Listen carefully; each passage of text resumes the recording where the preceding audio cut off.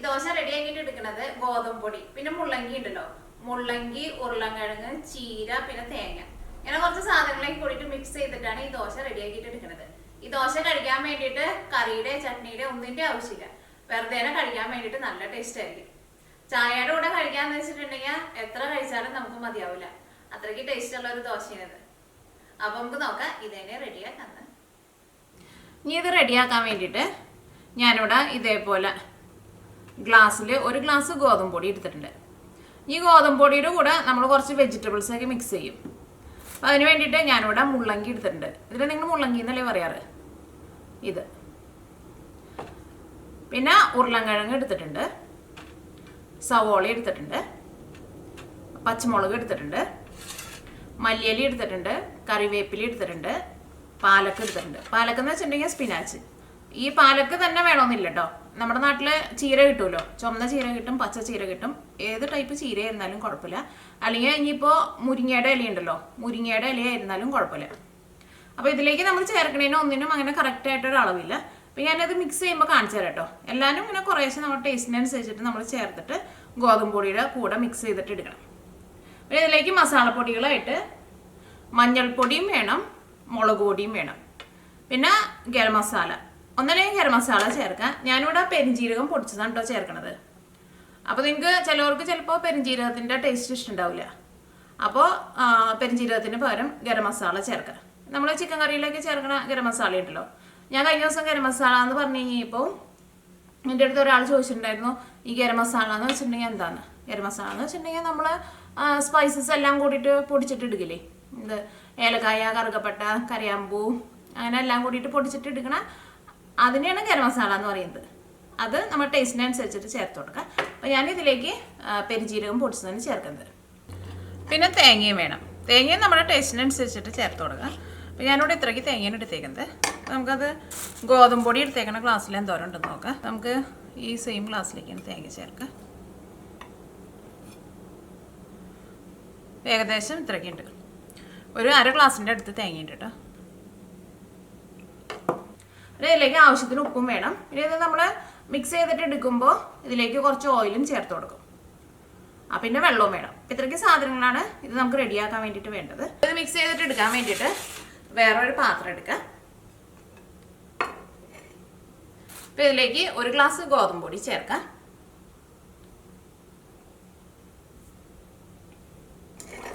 ഇത് സൈഡിലേക്ക് നീക്കി വയ്ക്കാം.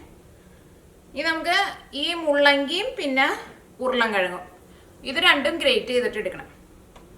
അപ്പോൾ ഇതിൻ്റെ തൊണ്ടൊന്ന് കളഞ്ഞിട്ട് ഇത് ഗ്രേറ്റ് ചെയ്തിട്ട് എടുക്കുക. ഇതേപോലെ ഇങ്ങനെ ഒരു പീലർ വെച്ചിട്ട് ഇതിൻ്റെ ഈ പുറത്തെ തൊണ്ടൊന്ന് മാറ്റിക്കളയാം.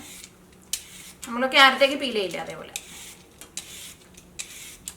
കുറച്ച് വലുതാണല്ലോ, ഇത്രയ്ക്ക് ആവശ്യമില്ല കേട്ടോ. ഉരുളൻകിഴങ്ങും ഒന്ന് പീൽ ചെയ്തിട്ട് എടുക്കുക. ഇതേപോലെ ഇങ്ങനെ കളയാൻ വേണ്ടിയിട്ട് ഇങ്ങനെ പീലർ ഉണ്ടെന്ന് വെച്ചിട്ടുണ്ടെങ്കിൽ നല്ല ഈസി ആയിരിക്കും കേട്ടോ. അല്ലെങ്കിൽ നമ്മൾ കത്തിയൊക്കെ വെച്ചിട്ട് കളയുമ്പോൾ കുറേ സമയം എടുക്കും. ഇത് രണ്ടും ഞാനിവിടെ കഴുകിയെടുത്തിട്ടുണ്ട്. ഇത് ഇതേപോലെ ഗ്രേറ്റർ ഉണ്ടല്ലോ, ഇതും വെച്ചിട്ട് ഗ്രേറ്റ് ചെയ്തിട്ട് എടുക്കുക. അപ്പോൾ ഇത് പല വലിപ്പത്തിലുള്ളതുണ്ടാവും. അപ്പോൾ ഞാനിവിടെ ഇതേപോലത്തെ കുറച്ച് ചെറുതിൽ വെച്ചിട്ടാണ് ചെയ്യണത്, അല്ലെങ്കിൽ പിന്നെ കുറച്ചും കൂടി വലുതുണ്ട്. പക്ഷെ അത് ഇതിനകത്ത് വെച്ച് ചെയ്യണ്ട കേട്ടോ. അപ്പോൾ ഇതിനകത്ത് വെച്ചിട്ട് ചെയ്യാം.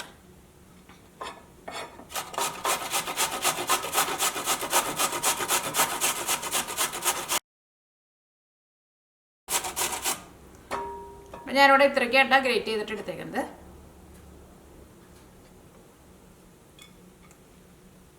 അത് കഴിഞ്ഞിട്ട് നമുക്കിപ്പോൾ മിക്സ് ചെയ്ത് കഴിഞ്ഞിട്ട് ഇനിയിപ്പോൾ വേണമെന്ന് വെച്ചിട്ടുണ്ടെങ്കിൽ നമുക്ക് അതനുസരിച്ചിട്ട് രണ്ടാമത് ഗ്രേറ്റ് ചെയ്തിട്ട് ചേർക്കാം കേട്ടോ. കാരണം ഇതിലേക്ക് നമുക്ക് അങ്ങനെ കറക്റ്റ് ഇത്രയ്ക്ക് അളവൊന്നും പറയാൻ വേണ്ടിയിട്ട് പറ്റില്ലല്ലോ. ഇനി ഇത് നീക്കി വയ്ക്കുക. ഇനി ഉരുളൻകിഴങ്ങും ഗ്രേറ്റ് ചെയ്തിട്ട് എടുക്കുക. അതും ഇതേപോലെ കുറച്ച് ചെറുതിൽ വെച്ചിട്ട് ചെയ്യണം കേട്ടോ, അല്ലെങ്കിൽ ഇതൊന്നും നമുക്ക് ശരിക്കാണ്ട് പെട്ടെന്ന് വെന്ത് കിട്ടില്ല.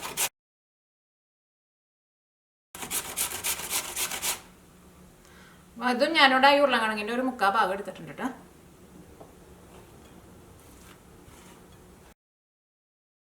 ഇനി ഞാനിവിടെ പാലക്ക് എടുത്തിട്ടുണ്ടല്ലോ, ഈ പാലക്കും നല്ല പൊടിയായിട്ട് കട്ട് ചെയ്തിട്ട് എടുക്കുക. അപ്പോൾ പാലക്ക് തന്നെ വേണമെന്നില്ല കേട്ടോ, നമ്മുടെ നാട്ടിൽ കിട്ടുന്ന ചീര അല്ലെങ്കിൽ മുരിങ്ങയുടെ ഇല എന്തായിരുന്നാലും കുഴപ്പമില്ല. ഇനി ഞാനിവിടെ മുള്ളങ്കി വാങ്ങിച്ചു കഴിഞ്ഞപ്പോൾ മുള്ളങ്കിയുടെ ഇല കൂടിയിട്ടുണ്ടായിരുന്നു. ഇല കറി വയ്ക്കുമെന്ന് എനിക്കറിയില്ല, എനിക്ക് തോന്നുന്നു അതും കറി വെക്കാൻ തോന്നും. അപ്പോൾ അങ്ങനെ വേണമെന്നുണ്ടെങ്കിൽ എനിക്കറിയില്ല കേട്ടോ. നിങ്ങൾ അങ്ങനെ കറി വെക്കാറുണ്ടെന്ന് വെച്ചിട്ടുണ്ടെങ്കിൽ ആ മുള്ളങ്കിയുടെ ഇലയും ഇതേപോലെ ഇങ്ങനെ കട്ട് ചെയ്തിട്ട് ഇതിൻ്റെ കൂടെ ചേർത്താലും മതി. ഈ തോണ അതിൻ്റെ എല്ലാം നല്ലതായിരിക്കും തോന്നണം എനിക്ക്. ഇനി ഞാനിവിടെ ഇതേപോലത്തെ ഒരു ചെറിയ പച്ചമുളക് എടുത്തിട്ടുണ്ട്. ഇതും നല്ല പൊടിയായിട്ട് കട്ട് ചെയ്തിട്ട് ചേർക്കാം. ഇതിലേക്ക് ചേർക്കുന്നത് എല്ലാവരും ഇതേപോലെ നല്ല പൊടിയായിട്ട് കട്ട് ചെയ്തിട്ട് ചേർക്കാം. അപ്പോഴായിരിക്കുമല്ലോ നമുക്ക് ആ ഗോതമ്പ് പൊടിയുടെ കൂടെ നല്ല നൈസായിട്ട് കുഴച്ചിട്ട് എടുക്കാൻ വേണ്ടിയിട്ട് പറ്റാം. ഇതിലേക്ക് നിങ്ങൾക്ക് കുരുമുളക് പൊടി വേണമെന്ന് വെച്ചിട്ടുണ്ടെങ്കിൽ കുരുമുളക് പൊടിയും കൂടി ചേർക്കാം കേട്ടോ. ഈ സവോളയും നല്ല പൊടിയായിട്ട് കട്ട് ചെയ്തിട്ട് എടുക്കുക. ഇതൊക്കെ നിങ്ങൾക്ക് വേണമെന്ന് വെച്ചിട്ടുണ്ടെങ്കിൽ കട്ടിംഗ് ബോർഡ് വെച്ചിട്ട് ചെയ്യാം കേട്ടോ. ഞാൻ സാധാരണ അങ്ങനെ കുറച്ചൊക്കെ അങ്ങനെ കട്ട് ചെയ്യേണ്ടി വരുമ്പോൾ കട്ടിംഗ് ബോർഡ് അങ്ങനെ എടുക്കൽ കുറവാണ്.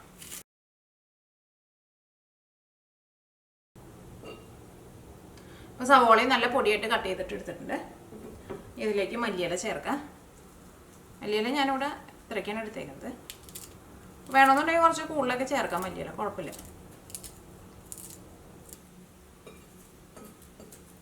ഇനി കറിവേപ്പിലയും ചേർക്കാം. കറിവേപ്പിലയും ഞാനിവിടെ ചെറുതായിട്ട് കട്ട് ചെയ്തിട്ടാണ് ചേർക്കുന്നത്. അപ്പോൾ ഇതിലേക്ക് നമ്മൾ ചേർക്കാനുള്ള എല്ലാ വെജിറ്റബിൾസും നമ്മൾ കട്ട് ചെയ്തിട്ട് എടുത്തിട്ടുണ്ട്. ഇനി ഇത് ഗോതമ്പ് പൊടിയിലേക്ക് ചേർക്കാം.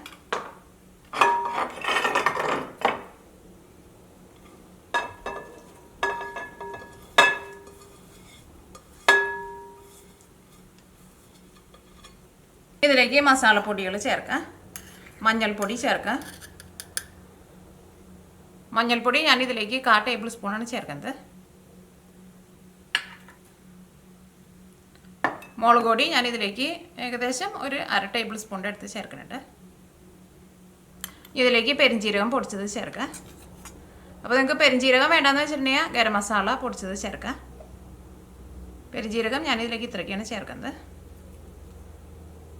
ഇതിലേക്ക് ആവശ്യത്തിന് ഉപ്പ് ചേർക്കാം. ഉപ്പ് ചേർക്കുമ്പോൾ കൂടുതൽ ചേർക്കണ്ട കേട്ടോ. കാരണം ഈ മുള്ളങ്കിയും പിന്നെ ഈ ഉരുളക്കിഴങ്ങൊക്കെ കാണുമ്പോൾ നമ്മൾ വിചാരിക്കും കുറേ ഉണ്ടെന്ന്. പക്ഷേ ഇതെല്ലാം കൂടിയിട്ടാണ്ട് മിക്സ് ചെയ്ത് വന്നു കഴിഞ്ഞ് കഴിയുമ്പോൾ ഇത് അധികമൊന്നും ഉണ്ടാവില്ല. അപ്പോൾ ഫസ്റ്റ് കുറച്ച് ചേർത്താൽ മതി. അത് കഴിഞ്ഞിട്ട് പിന്നെ എല്ലാം മിക്സ് ചെയ്ത് കഴിഞ്ഞിട്ട് ടേസ്റ്റ് നോക്കിയിട്ട് പിന്നെ കുറവുണ്ടെന്ന് വെച്ചിട്ടുണ്ടെങ്കിൽ അപ്പം ചേർത്താൽ മതി. ഇനി ഇതിലേക്ക് ഓയിൽ ചേർക്കാം. അതിപ്പോൾ ഏത് ടൈപ്പ് ഓയിലായിരുന്നാലും കുഴപ്പമില്ല.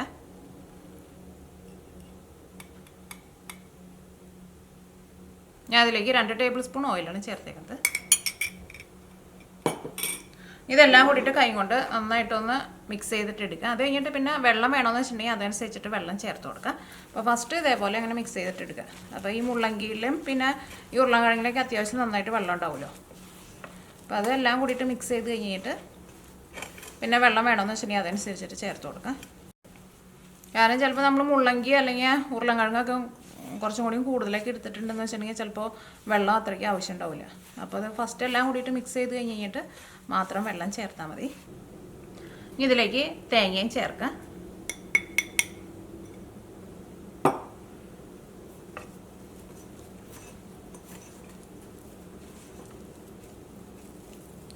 ഇത് നമ്മൾ ചപ്പാത്തിക്ക് കുഴച്ചെടുക്കുന്ന പോലെ അത്രയ്ക്ക് അങ്ങോട്ട് ടൈറ്റായിട്ട് കുഴച്ചിട്ട് എടുക്കണ്ട. കുറച്ചും കൂടി ഒന്ന് ലൂസായിട്ട് വേണം ഇത് മിക്സ് ചെയ്തിട്ട് എടുക്കാൻ വേണ്ടിയിട്ട്. എന്നാൽ മാത്രമേ ഇത് നമ്മൾ പരത്തി വെച്ചിട്ട് പാനിൽ വെച്ചിട്ട് നമ്മളിത് 2 സൈഡും തിരിച്ച് മറിച്ചിട്ടിട്ട് ഇങ്ങനെ ചുട്ടെടുക്കും. അപ്പോൾ ഇതിനകത്ത് നമ്മളിപ്പോൾ ഈ ചേർപ്പ് ഒരുപാട് ഇങ്ങനെ ഡ്രൈ ആയിട്ട് എടുക്കണ്ട.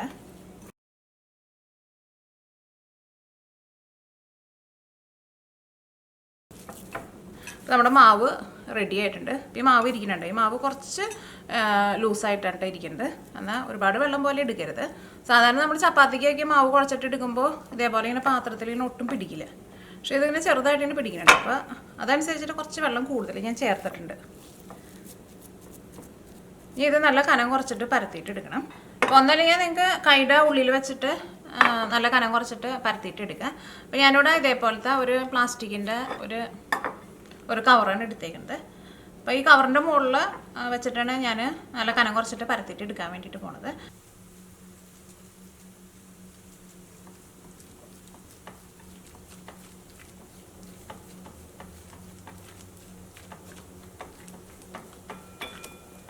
ഇതേപോലെ ഇങ്ങനെ നല്ല കനം കുറച്ചിട്ട് പരത്തിയിട്ട് എടുക്കണം. അപ്പോഴായിരിക്കും ശരിക്കും നന്നായിട്ട് മുരിഞ്ഞ് കിട്ടുക. കൈമ അങ്ങനെ ഒട്ടി പിടിക്കുന്നുണ്ടെങ്കിൽ നിങ്ങൾ കുറച്ച് ഓയിൽ കൈമൊന്ന് തൂത്ത് കൊടുക്കണം. ഇതേപോലെ ഇങ്ങനെ ബാക്കിയുള്ളതെല്ലാം ഇങ്ങനെ തന്നെ പരത്തിയിട്ട് എടുക്കുക. എന്നിട്ടത് ഇതേപോലെ ഇങ്ങനെ കമത്തുമ്പോൾ ഇങ്ങനെ കിട്ടും. ഇത് നേരത്തെ കൂട്ടിയിട്ട് ഇതേപോലെ ഇങ്ങനെ പരത്തി വെക്കണ്ട. അത് ആ പാൻ ചൂടാകുമ്പോൾ ഇത് ഇങ്ങനെ ഓരോന്ന് ഇങ്ങനെ റെഡിയാക്കിയിട്ട് ആ പാനിലേക്ക് ഇട്ട് കൊടുത്താൽ മതി.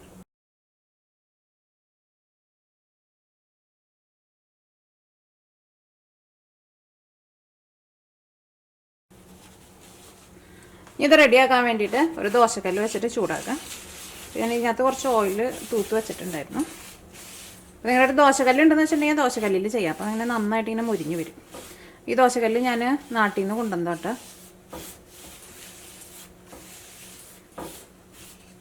പക്ഷേ എനിക്ക് മസാല ദോശ ഈ ദോശക്കല്ലിൽ ഉണ്ടാക്കുന്നത് അത്രയ്ക്ക് ഇഷ്ടമില്ല. എൻ്റെ അടുത്ത് വേറെ പാനുണ്ട്, അതിനകത്ത് ഉണ്ടാക്കുന്നത് എനിക്ക് കുറച്ചും കൂടി ഇഷ്ടം. പക്ഷേ ദോശയൊക്കെ ഇതിനകത്ത് ഉണ്ടാക്കുന്നതാണ് എനിക്കിഷ്ടം.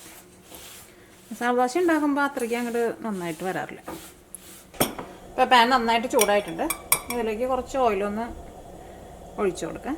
അതൊക്കെ നമ്മുടെ ഇഷ്ടത്തിനനുസരിച്ചിട്ട് ഓയിൽ ചേർത്ത് കൊടുക്കാം. കുറച്ച് ഓയിൽ വേണം, എന്നാൽ മാത്രമേ ഇത് ശരിക്കാണ്ട് മുരിഞ്ഞ് കിട്ടുള്ളൂ.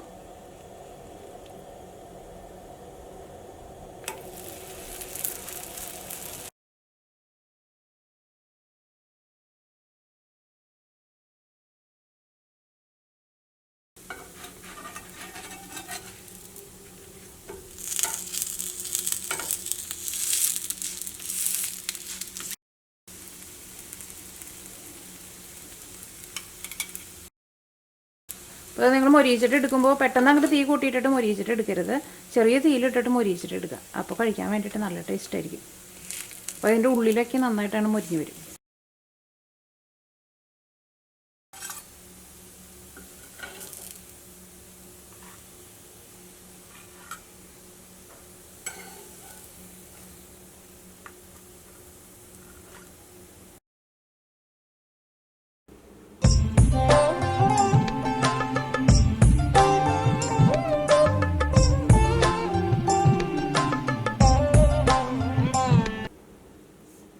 നമ്മുടെ ഗോതമ്പും കൊണ്ടുള്ള വെറൈറ്റി ആയിട്ടുള്ള ദോശ റെഡി ആയിട്ടുണ്ട്.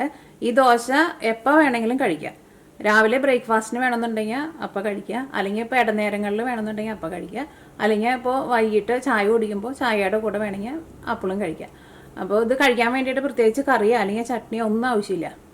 വെറുതെ കഴിക്കാൻ വേണ്ടിയിട്ട് നല്ല ടേസ്റ്റാണ്. അപ്പോൾ നിങ്ങളെല്ലാവരും ട്രൈ ചെയ്ത് നോക്കാം. നിങ്ങൾക്ക് എല്ലാവർക്കും നല്ല ഇഷ്ടമാവും.